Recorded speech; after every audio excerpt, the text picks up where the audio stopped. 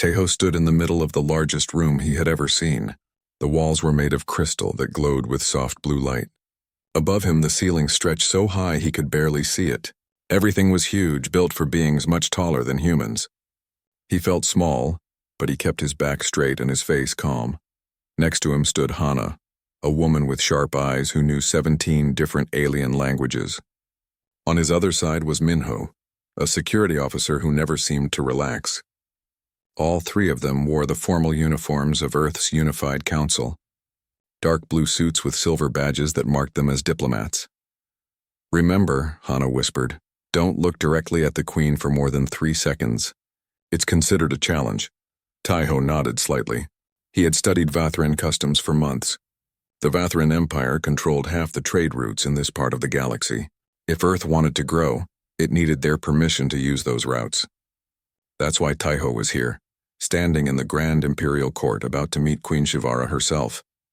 The room was filled with aliens. Hundreds of them. The Vathran looked like a mix between insects and reptiles. They stood on 2 powerful legs, had 4 arms each, and their skin was covered in natural armor plates that shimmered in shades of purple and black. Their faces had 6 eyes arranged in a triangle pattern, and their mouths had mandibles that clicked when they spoke. Every Vathran in the room wore jewelry made of metals Tejo didn't recognize. The nobles stood along the walls watching with cold curiosity. Guards held weapons that hummed with energy. And at the far end of the room, on a platform made of what looked like frozen lightning, sat the Queen. Queen Shivara was massive. Even sitting, she was twice as tall as Tejo. Her armor plates were darker than the others, almost black, with veins of gold running through them. She wore a crown that floated above her head, spinning slowly and casting rainbow light across her face. Her 6 eyes watched the humans without blinking. "Approach!" A voice boomed across the room. Tejo walked forward. Each step echoed. The eyes of hundreds of aliens followed him. He had been a soldier once, years ago, before becoming a diplomat. He had been a medic in the field, helping wounded fighters. He had learned to stay calm when everyone around him was dying. That training helped him now. He stopped at the base of the platform and bowed his head. Not too low, not too high. Just the right amount for a representative of an equal species. Even though everyone in the room knew humans were not equal to the Vathran Empire. "Your Majesty," Tejo said in Universal Standard, the common language of the galaxy, "I bring greetings from Earth and humble request from the Unified Council." The Queen's mandibles clicked. "Speak your request, human." Tejo had practiced this speech 1,000 times. "We request access to trade routes through Vathran space. We offer fair payment and promise to respect all boundaries. We seek only the chance to trade with other species and grow our place in the galactic community." The Queen said nothing. The silence stretched. Tejo could hear his own heartbeat. Then, from somewhere to the right, Tejo heard something that didn't fit. A small sound. A whimper. He turned his head slightly and saw a movement near a side platform. There stood a Vathran male, taller and broader than most, wearing robes that marked him as important. His armor plates were gray with red markings. This had to be Lord Vexmore, the Queen's chief advisor. Tejo had read about him, but what caught Tejo's attention was the small figure next to Vexmore. A child. A young Vathran barely reaching the adult's knee. The child's armor plates were still soft and pale, not yet hardened. And the child was shaking. Vexmore struck the child across the face with one of his 4 hands. The sound cracked through the quiet room. "You will stand properly," Vexmore said, his voice cold. "Show weakness again, and you will be corrected more severely." The child, who Tejo would learn was named Kelnith, tried to stand still. But tears leaked from his eyes, clear fluid that ran down his young face. The child's whole body trembled. Tejo felt something twist in his chest. He knew that look. He had seen it on human children in war zones. Pure fear. Vexmore raised his hand again. The child didn't think. Kelnith just ran. The small Vathran bolted from the platform, running on unsteady legs, crying out in distress. The sound was heartbreaking, even though it came from an alien throat. The child ran toward the center of the room, toward the human delegation, toward the only beings in the room who were smaller and less scary than the towering adults around him. The child ran straight to Tejo. Kelnith crashed into Tejo's legs and wrapped small arms around them, hiding his face against the human's coat. The child was shaking so hard Tejo could feel it through the fabric. The entire court went silent. Then everyone started making noise at once. Gasps, shrieks. Guards shouted and moved forward. Nobles backed away as if witnessing something horrible. Contamination, someone yelled. The royal blood has been touched. Another voice screamed. Tahoe stood frozen. His mind raced through everything he had learned about Vathran culture. Touching a royal without permission meant death. Being touched by a royal and not immediately fleeing was seen as claiming guardianship over them, which was a massive insult to the royal family. He was going to die. And probably his entire delegation with him, maybe even Earth's chances at ever joining the galactic community.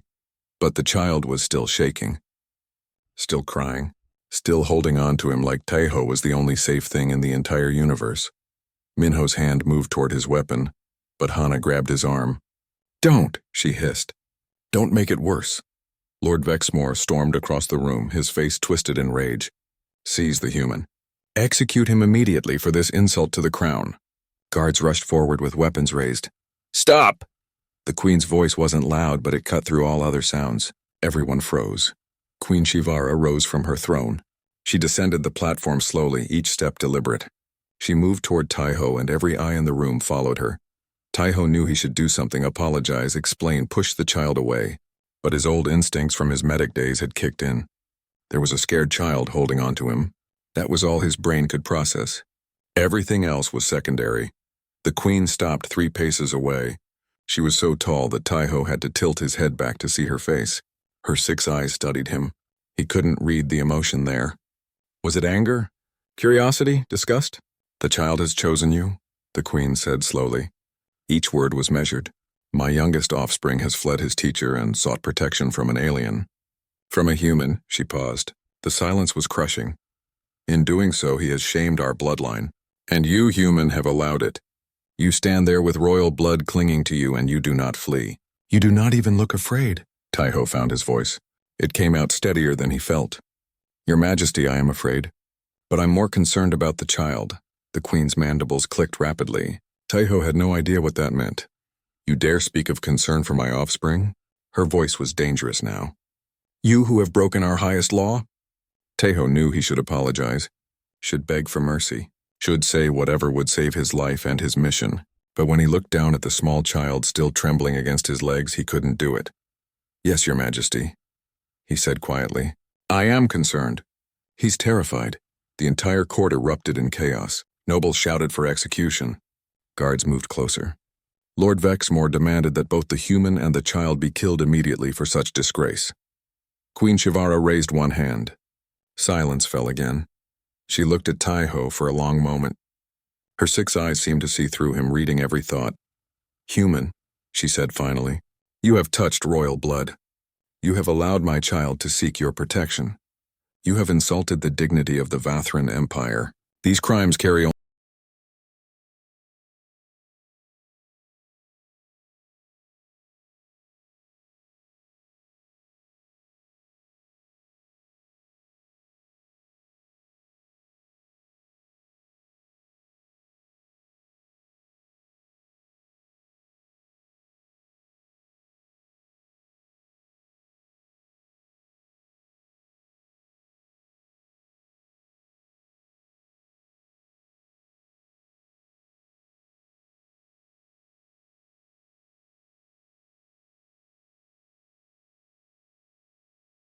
Tahoe looked up at the Queen.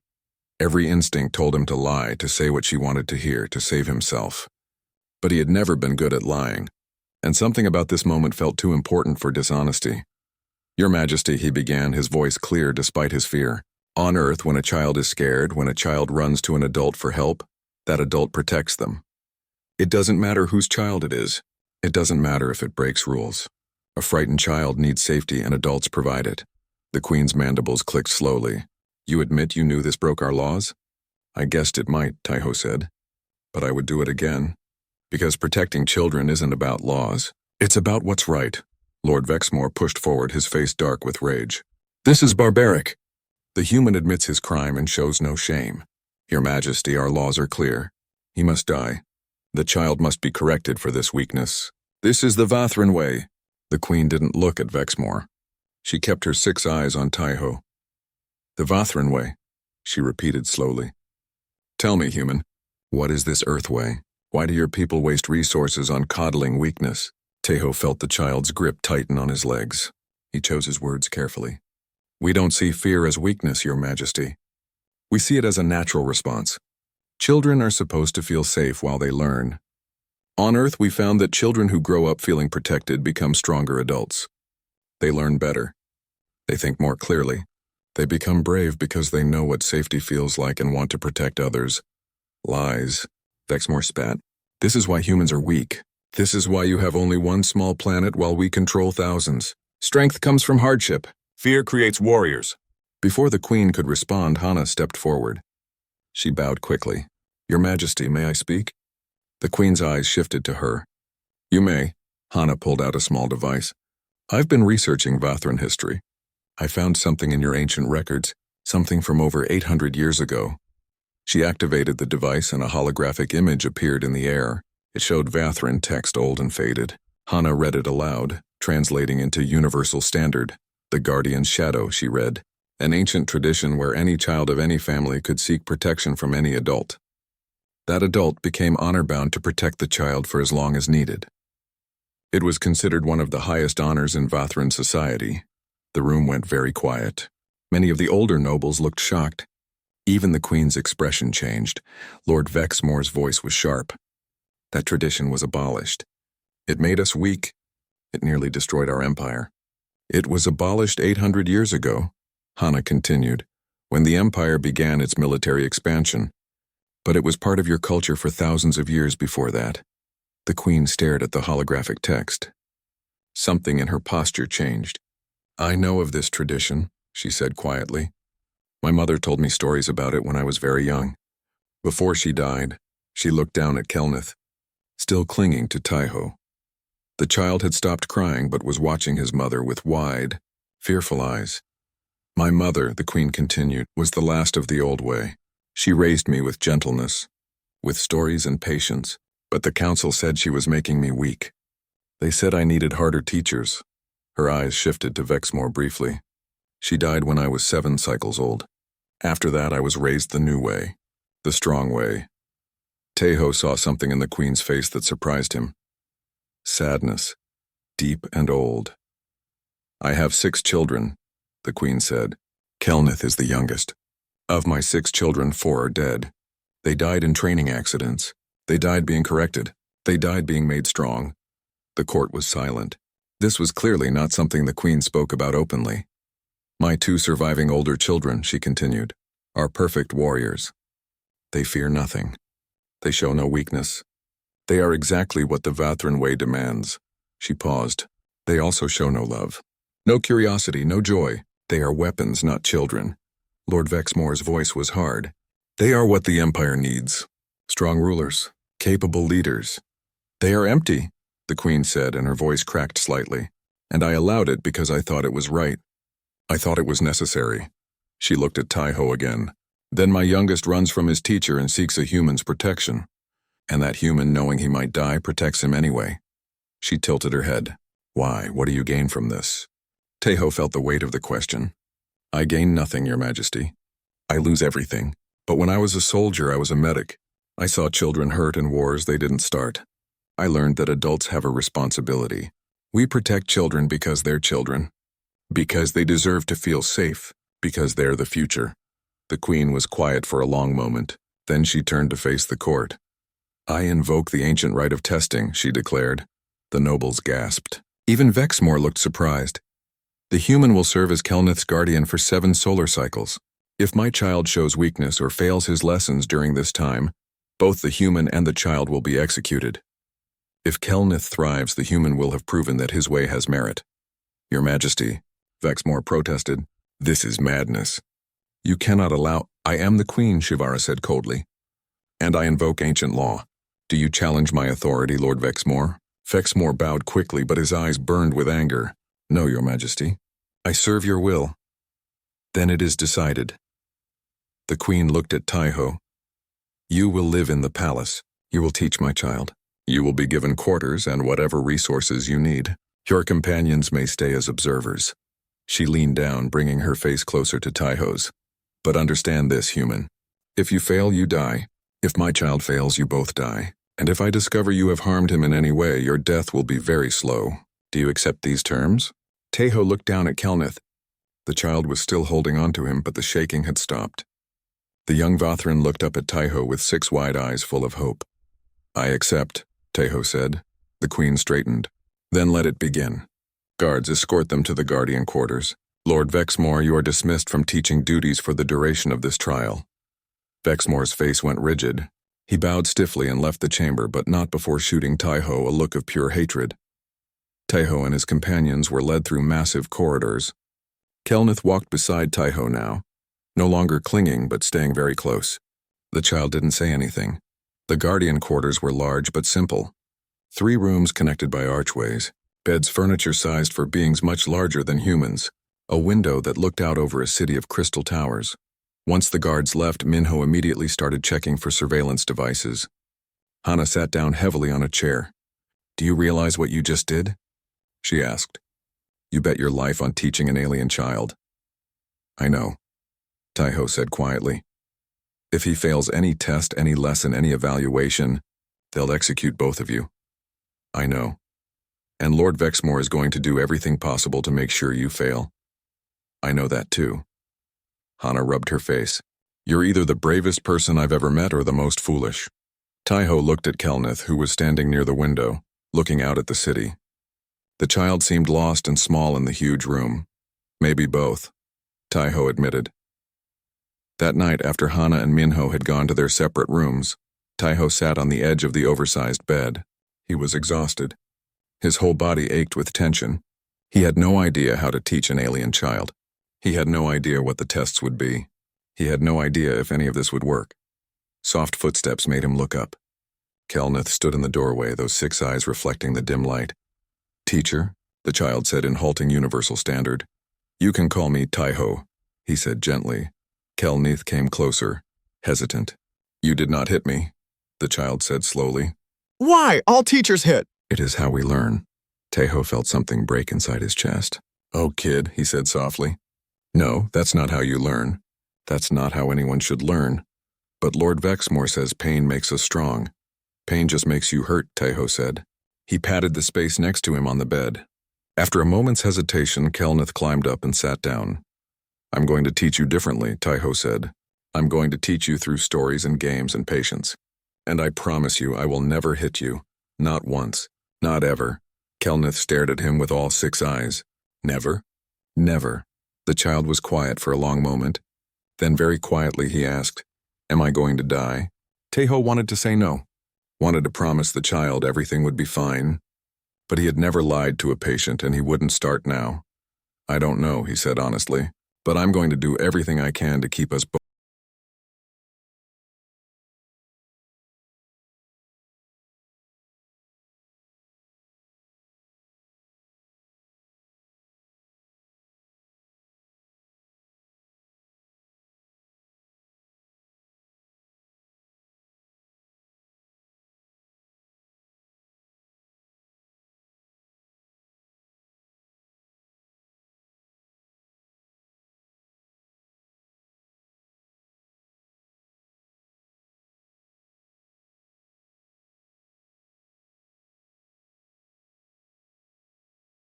The first morning started with a problem. Kelnith woke up screaming. Tahoe rushed to the child's side. What's wrong? Are you hurt? Kelnith was curled into a ball, shaking. I slept late. I slept past wake time. Lord Vexmore will be angry. He will punish me. Tahoe knelt beside the bed. Lord Vexmore isn't your teacher anymore. I am, and I'm not angry. It's okay to sleep when you're tired. The child looked at him with confusion in all 6 eyes. But the schedule says wake time was 1 hour ago. Then we'll change the schedule, Tahoe said simply. Schedules should work for us, not the other way around. This concept seemed to break something in Kelnith's understanding of how the world worked. Schedules can change? Of course. Tahoe smiled. Come on. Let's get breakfast. Breakfast was another challenge. Kelnith sat straight and rigid at the table, staring at his food but not eating. Tahoe noticed the child's hands were shaking. What's wrong? He asked. I must wait for inspection, Kelnith whispered. Lord Vexmore always checked my food. If I ate before inspection, he would hit me. Taiho felt anger burn in his chest, but he kept his voice gentle. I'm not going to inspect your food. And I'm definitely not going to hit you. You can eat whenever you're hungry. Even if I eat it wrong. There's no wrong way to eat food, Taiho said. Well, maybe don't throw it at people, but other than that, you're fine. Kelneth picked up his eating utensil with trembling hands. He took a small bite, then immediately tensed up, waiting for punishment that didn't come. When nothing happened, he took another bite. Then another. By the end of breakfast, the child was eating almost normally. Hana watched this exchange with thoughtful eyes. He's been conditioned to fear everything, she said quietly to Taiho after Kelneth left the room. Breaking that conditioning won't be easy. I know, Taiho said. But we have to try. The first real lesson started that afternoon. Taiho brought Kelneth to a small garden inside the palace. It was one of the few places with plants and open space. Today we're going to learn about strategy, Taiho announced. Kelneth stood at attention. Yes, teacher. I am ready for instruction. First, relax. Taiho sat down on the grass. Sit with me. Kelneth looked confused but slowly sat down. He kept his back straight and his hands folded. Okay, so strategy, Taiho began. Do you know what that means? Strategy is the art of war. It is about destroying enemies efficiently. Taiho shook his head. Strategy is about solving problems in smart ways. Yes, sometimes that's about conflict. But mostly it's about thinking ahead and understanding patterns. He pulled out a simple game board he had made. It was just a grid with colored stones. This is a game from Earth. It's thousands of years old. 2 players take turns placing stones. The goal is to surround your opponent's stones. Want to try? Kelneth stared at the board. This is a game? Games are how humans teach strategy, Taiho explained. When you play, you learn to think several moves ahead. You learn to predict what others will do. You learn patterns. They started playing. At first, Kelneth was rigid and nervous, afraid of making mistakes. But Taiho didn't criticize errors. Instead, he explained why certain moves worked and others didn't. He showed Kelneth patterns to look for. After an hour, something remarkable happened. Kelneth smiled. It was small and hesitant, but it was genuine. I understand, the child said with excitement. If I place my stone here, it creates a trap for your next move. Exactly. Taiho grinned. You're learning. Over the next few days, they fell into a routine. Mornings were for physical exercise, but not the brutal training Kelneth was used to. Taiho taught him stretching and balance exercises. Afternoons were for lessons in strategy, mathematics, and history. But everything was taught through stories, games, or puzzles. Hana joined in too, teaching Kelneth languages. She discovered the child had a natural gift for it. Within 3 days, Kelneth could speak basic Earth English. You're very smart, Hana told him during one lesson. Kelneth looked down. Lord Vexmore said I was stupid. He said I asked too many questions. Questions mean you're thinking, Hana said firmly. Stupid people don't ask questions. Smart people do. That night, Kelneth asked Taiho about Earth. What is it like? Your planet? Taiho sat beside the child's bed. It's beautiful. We have oceans that stretch forever, mountains that touch the sky, forests filled with millions of different plants and animals. I have never seen an ocean, Kelneth said quietly. Lord Vexmore said I did not deserve to see beauty until I became strong. Taiho felt that familiar anger burn again. That's wrong. Everyone deserves beauty, especially children. He pulled out his communication device and showed Kelneth pictures of Earth. The child stared at images of beaches, forests and cities with wonder in his 6 eyes. Someday, Taiho promised, if we get through this, I'll take you to see Earth. You can swim in the ocean. Really? Kelneth's voice was full of hope. Really? But not everything was going smoothly. Taiho knew they were being watched. Guards stood outside their quarters. Nobles walked past the garden during lessons, observing. And Taiho occasionally spotted Lord Vexmore in the distance, always watching, always scowling. One afternoon, as Taiho and Kelneth were playing a strategy game in the garden, a female Vathran approached. She was younger than most of the nobles and wore less formal clothing. Excuse me, she said. I am Venris, minor nobility. I wanted to see the human teacher everyone is talking about. Taiho stood and bowed politely. I'm just trying to help. Venris looked at Kelneth, who had tensed up at her approach. The child looks different, less fearful. We're working on it, Taiho said carefully. Venris was quiet for a moment. I have a young one, she said softly. She cries at night. Her teachers say I coddle her too much. They say she needs harsher discipline. She looked at Taiho. Is it true? Can children learn without pain? Taiho met her eyes. Yes, in fact, they learn better without it. Fenris nodded slowly, then left without another word. But Taiho had seen something in her expression. Hope. The real test came on the 5th day. A messenger arrived at their quarters. The High Council has scheduled an evaluation. Prince Kelnith will be questioned before the court tomorrow. He must demonstrate his learning. After the messenger left, Taiho saw panic flood Kelnith's face. I'm going to fail, the child whispered. I'm going to answer wrong. They're going to kill us both. Taiho knelt down. Hey, look at me. You're not going to fail. You don't know that. You're right, I don't, Taiho admitted. But I know you're smart. I know you've been learning. And I know you can do this. What if they ask something I don't know? Then you say I don't know, but I can figure it out. There's no shame in not knowing something. The shame is in pretending you know when you don't.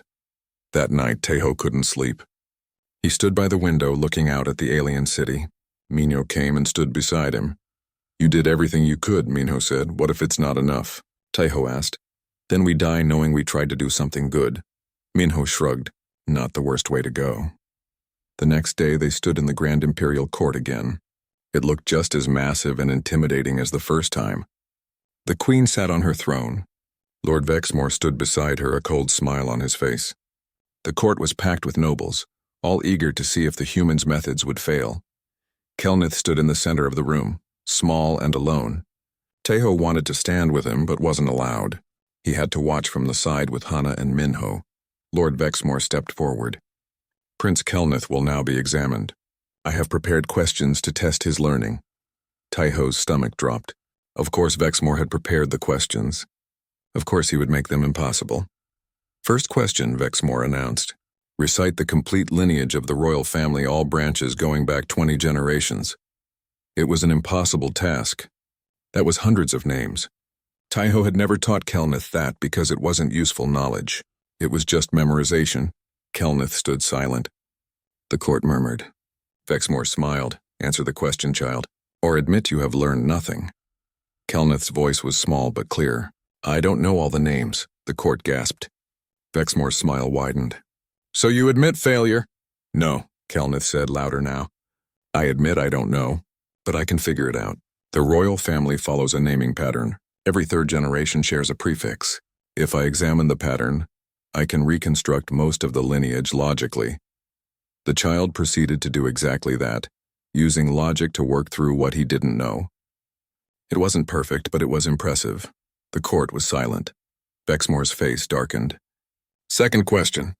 You face an enemy army 3 times your size. What do you do? Kelnith thought about this. I would need more information. What terrain? What resources? What's the enemy's objective? Strategy isn't about having one answer.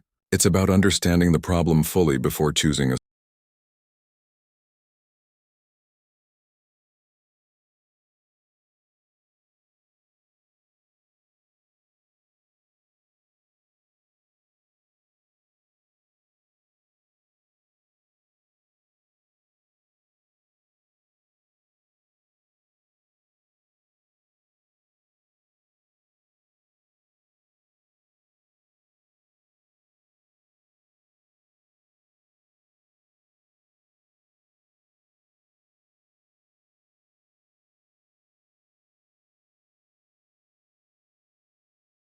The message came at dawn on the 6th day, a formal scroll delivered by guards.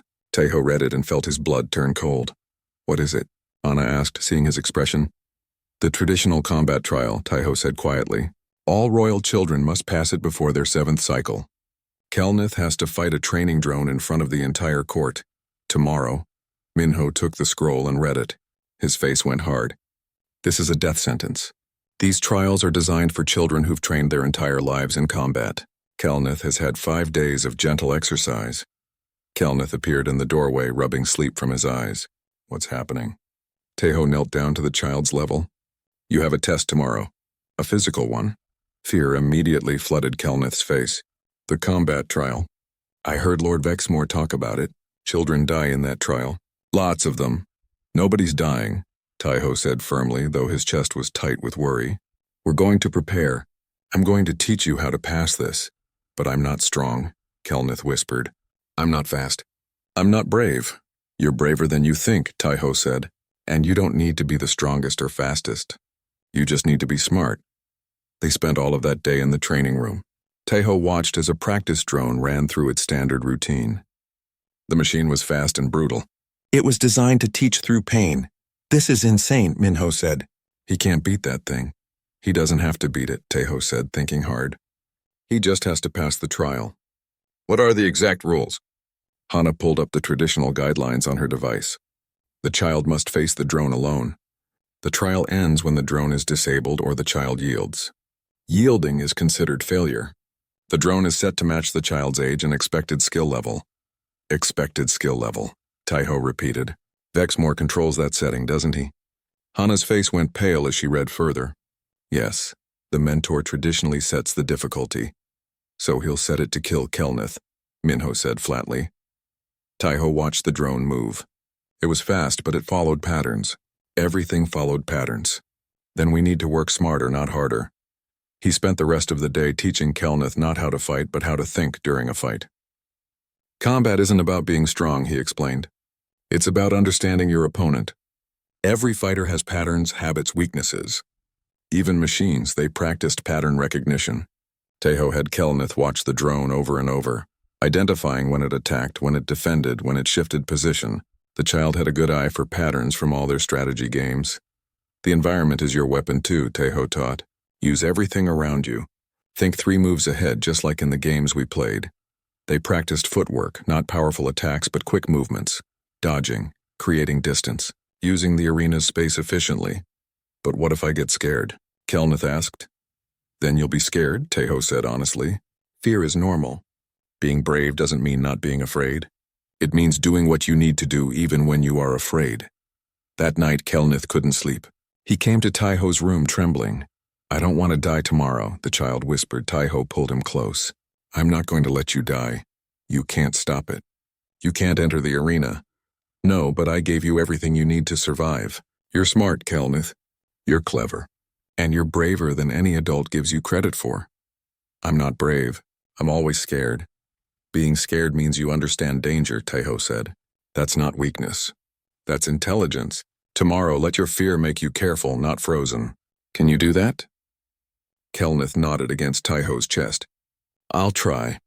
The next day, the grand combat arena was filled to capacity. Thousands of Vathran had come to watch.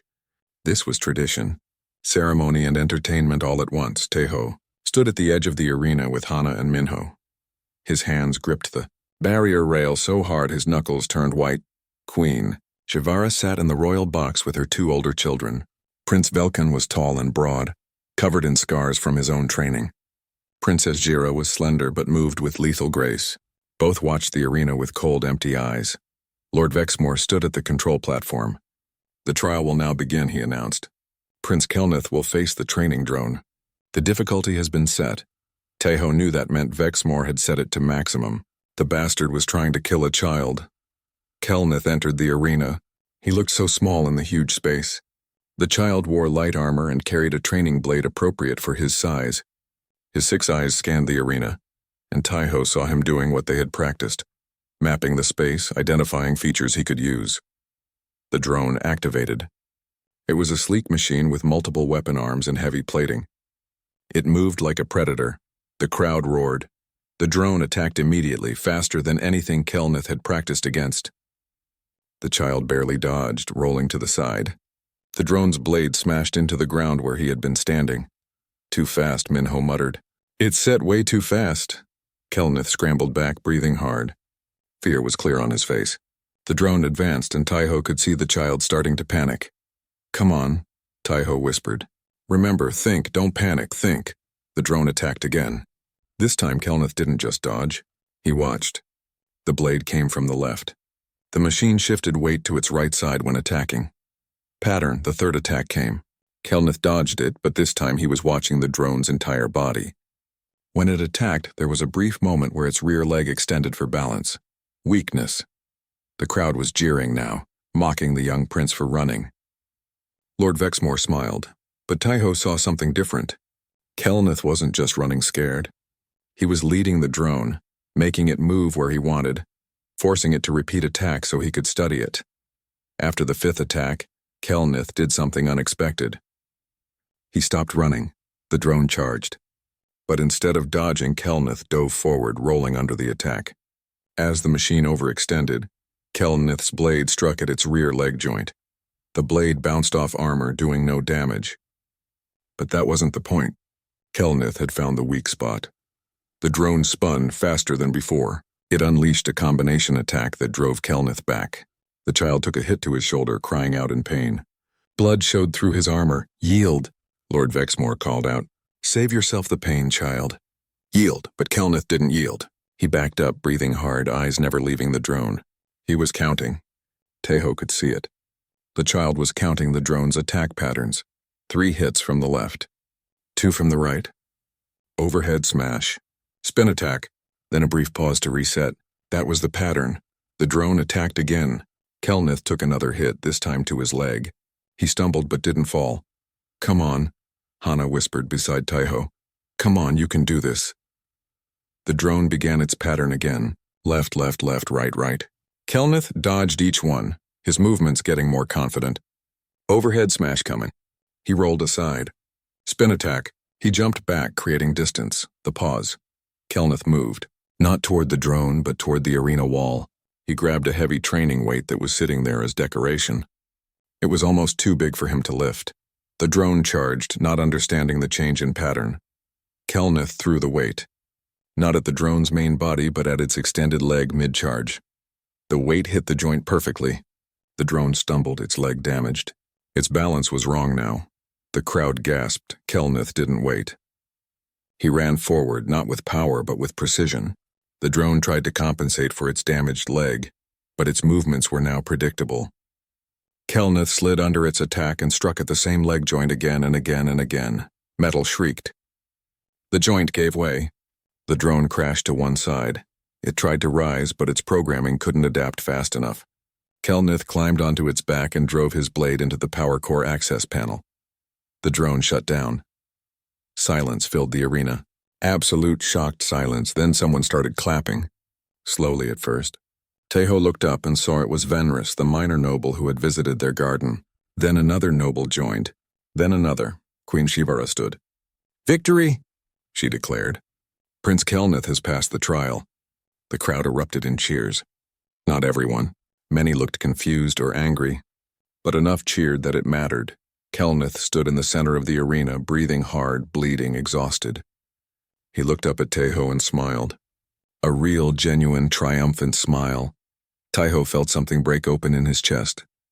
Pride. Pure pride. Guards brought Kelnith out of the arena. Taiho caught him as the child stumbled, exhausted. "You did it," Taiho said, voice thick. "You brilliant kid, you did it." "I was scared the whole time," Kelnith admitted. "I know. And you fought anyway. That's what courage is." But Lord Vexmore's face was dark with rage. "The trial was meant to be failed. You cheated the difficulty." "I set it to appropriate levels," Vexmore said coldly.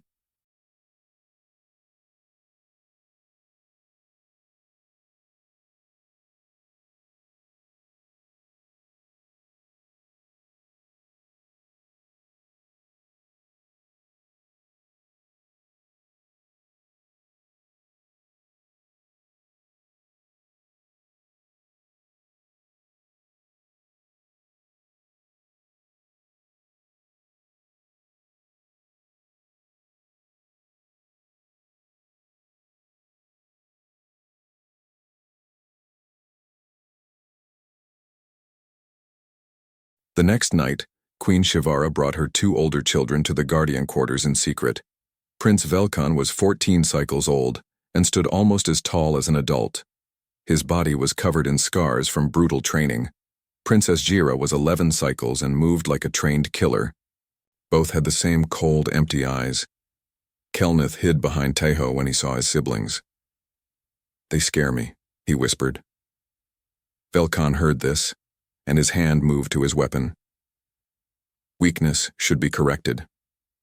"No," Queen Shivara said firmly. No more corrections. You're here to learn a different way. Jira's voice was flat. We don't need different ways. We are perfect warriors. You're broken children, the queen said, and both siblings stiffened in shock. Their mother never spoke like this. And I did that to you, but perhaps it's not too late. Velkan looked at Taiho with contempt.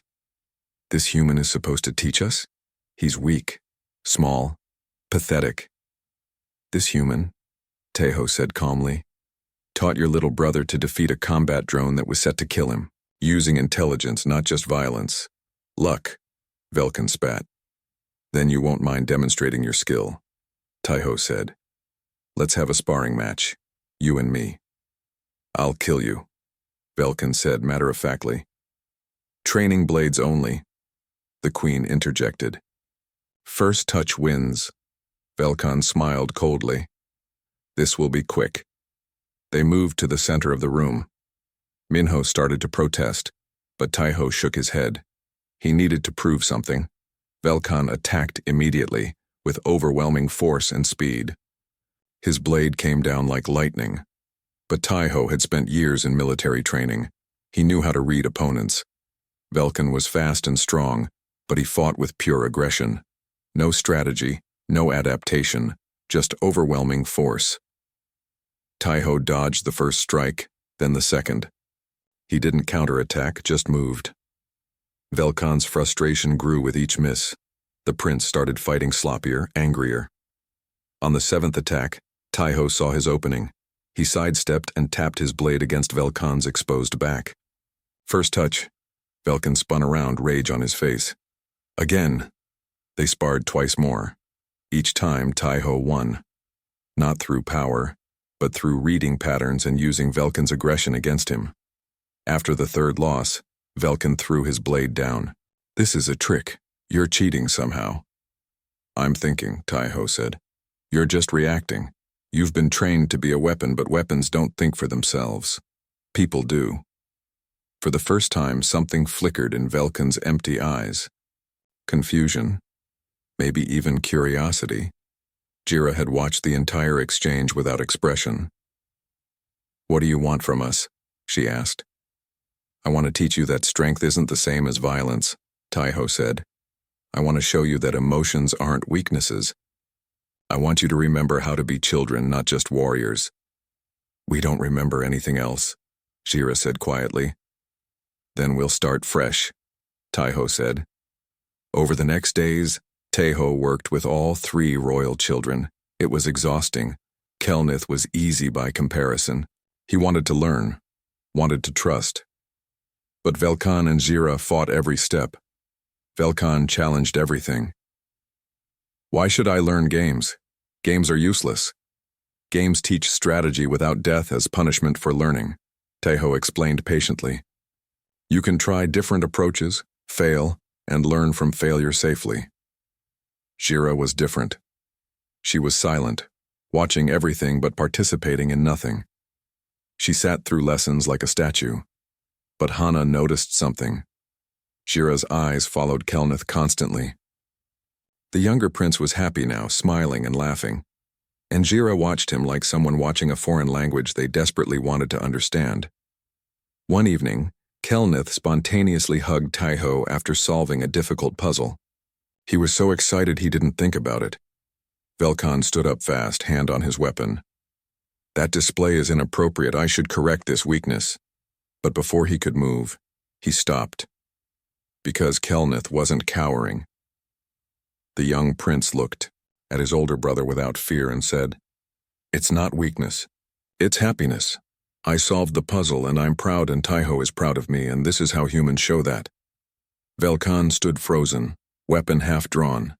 His hand trembled. You don't remember happiness, do you?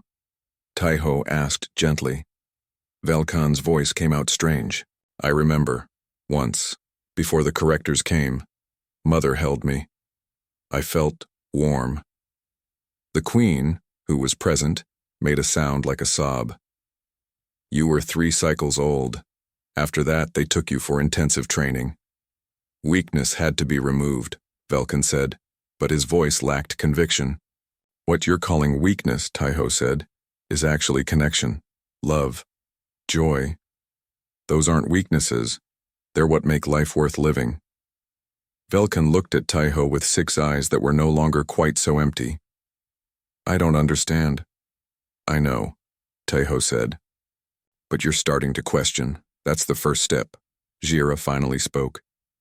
What is that feeling? She pointed at Kelnith, still happy and bright. That thing he has. What is it called?